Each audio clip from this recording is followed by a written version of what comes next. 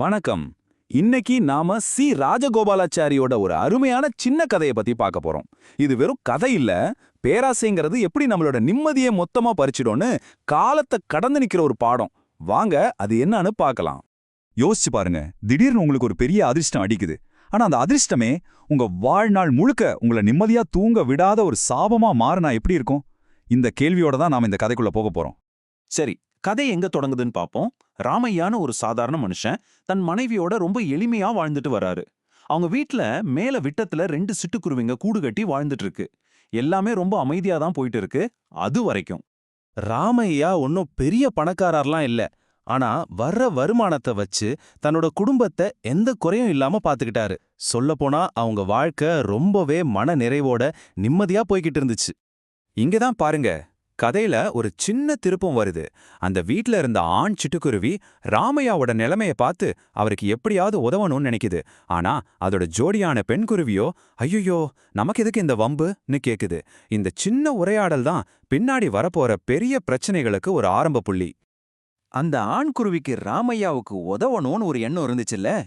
ஒரு நாள் அது கண்ணுல ஒரு குப்பை மேட்டுல பளபளன்னு ஏதோ ஒன்னு மின்னுறது தெரியுது. கிட்ட போய் பார்த்தா அது ஒரு வைர மூக்குத்தி. ஆஹா, ராமையாவுக்கு உதவ இதுதான் சரியான பொருள்னு நினைச்சு அதை தான் வாயில கவிக்கிட்டு வீட்டுக்கு பறந்து வருது.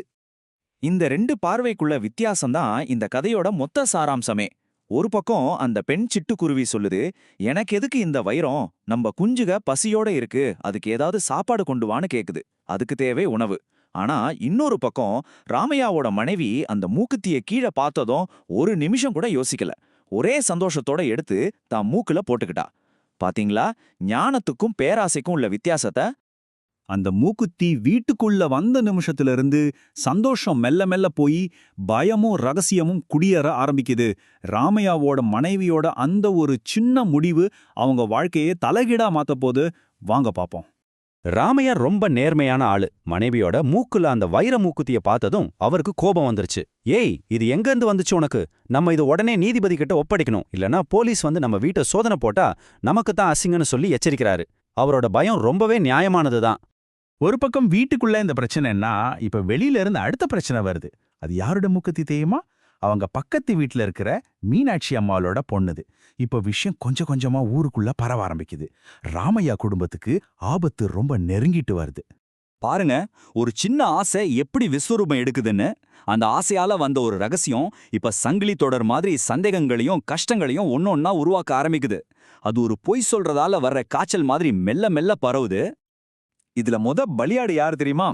ஒரு சம்பந்தமே இல்லாத அப்பாவி வேலைக்காரி குப்பாயி. ஊர்ல இருக்கிற எல்லாரும் அவ தான் திருகிருப்பான்னு சந்தேகப்படுறாங்க. போலீஸும் வந்து அவ குடிசைய சல்லடை போட்டு தேடுது. பாவம் அந்த பொண்ணு என்ன நடக்குதுன்னே தெரியாம தவிச்சு போகுது. அந்த மூக்குத்தியால கிடைச்ச சந்தோஷம் கொஞ்ச நேரம் கூட நிக்கல. ஆனா அது கொடுத்த பயமும் குற்ற உணர்ச்சியும் ராமையாவோட மனைவிய உடம்பு ரீதியாவே பாதிக்க ஆரம்பிச்சிருச்சு. ஐயோ, மாட்டி போவோமான்ற பயத்திலே அவளுக்கு பயங்கரமா காய்ச்சல் வந்துருச்சு. கடைசியில அந்த பேராசையோட வேலை அவளை படுக்கையிலேயே முடக்கி போட்டுருச்சு. இப்போ கதை மறுபடியும் அந்த சிட்டுக்குருவிகள் கிட்ட போகுது. மனுஷங்க பண்ற எல்லாத்தையும் மேல இருந்து பார்த்துட்டு இருக்கு இல்லையா, அதுங்க இப்போ இந்த கதைக்கு ஒரு தீர்ப்பு சொல்ல போகுது. அந்த பெண் சிட்டுக்குருவிக்கு ராமையாவோட மனைவிய பார்க்க ரொம்ப பாவமா இருக்கு. அடடா, பாவம் அந்த பொண்ணு பயத்திலே காய்ச்சல் வந்து படுத்துட்டா. இந்த காய்ச்சலே அவளோட உசுரை எடுத்துருமோ என்னவோன்னு ரொம்ப வருத்தப்படுது. இந்த கதையோட ஆணித்தரமான கருத்து இந்த ஒரு வரியில தான் இருக்கு. ஆண் சிட்டுக்குருவி ரொம்ப ஆழமா ஒரு உண்மையை சொல்லுது. நான் என்ன அவளை திருடவா சொன்னேன்? மனுஷங்க பேராசப்பட்டா இது மாதிரி நடக்கத்தானே செய்யும் அப்படின்னு சொல்லுது. பாருங்க, உதவா போன அதே குருவி இப்ப பேராசையோட விளைவை எவ்வளோ சரியா சுட்டி காட்டுது. கதை ஒரு வழியா முடிவுக்கு வருது. ஆனா ராமையாவுக்கும் அவன் மனைவிக்கும் என்ன தீர்வு கிடைச்சுது? அந்த மூக்குத்தி அவங்க வாழ்க்கையில கடைசியா என்ன தாக்கத்தை ஏற்படுத்துச்சு? இதுதான் கதையோட ரொம்ப சோகமான முடிவு. அந்த வைர மூக்குத்தி அவங்க கிட்டே இருந்திருக்கலாம்.